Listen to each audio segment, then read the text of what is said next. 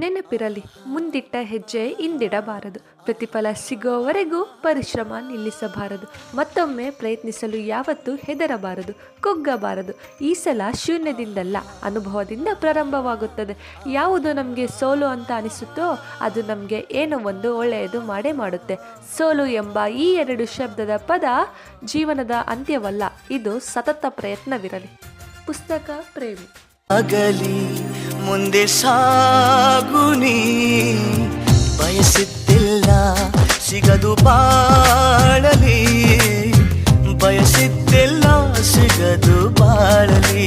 ಓ ನನ್ನಾಣೆ ನನ್ನ ಮಾತು ಸುಳ್ಳಲ್ಲ, ಓ ನನ್ನಾಣೆ ನನ್ನ ಮಾತು ಸುಳ್ಳಲ್ಲ. ಏನಾಗಲಿ ಮುಂದೆ ಸಾಗುನಿ, ಬಯಸಿದ್ದಿಲ್ಲ ಸಿಗದು ಬಾಳಲಿ, ಬಯಸಿದ್ದಿಲ್ಲ ಸಿಗದು ಬಾಳಲಿ. ಓ ನನ್ನಾಣೆ ನನ್ನ ಮಾತು ಸುಳ್ಳಲ್ಲ.